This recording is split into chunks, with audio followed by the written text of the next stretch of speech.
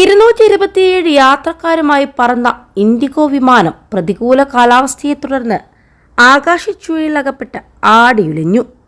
ഡൽഹിയിൽ നിന്ന് ശ്രീനഗറിലേക്ക് പുറപ്പെട്ട വിമാനമാണ് ആടിയുലഞ്ഞത്. ഇത് വിമാനത്തിനുള്ളിൽ പരിഭ്രാന്തി തന്നെ പരത്തി.